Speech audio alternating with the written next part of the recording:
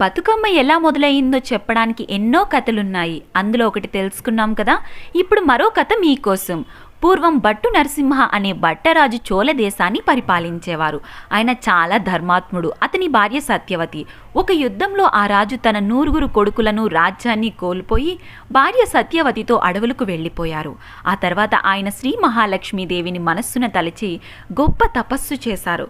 కొంతకాలానికి తపస్సుకు మెచ్చి లక్ష్మీదేవి ప్రత్యక్షమై ఏం వరం కావాలి అని అడిగారు. తల్లి, మమ్ములను కరుణించి నీవే మా కుమార్తెగా జన్మించాలి అని వేడుకున్నారు. అందుకు లక్ష్మీదేవి సంతోషించి తదాస్తు అన్నారు. కొంతకాలానికి సత్యవతి గర్భాన లక్ష్మీదేవి జన్మించారు. ఆ జన్మించినప్పుడు అడవిలో ఉన్న మొక్కలన్నీ పువ్వులతో వికసించాయి. ఆ బాలికను చూసిన మునులు, ఋషులు ఎంతో సంతోషించి అనారోగ్యాలు లేకుండా బాగా బతుకమ్మ అని దీవించారు. ఆనాటి నుండి ఆమెను బతుకమ్మగా పిలవసాగారు. బతుకమ్మ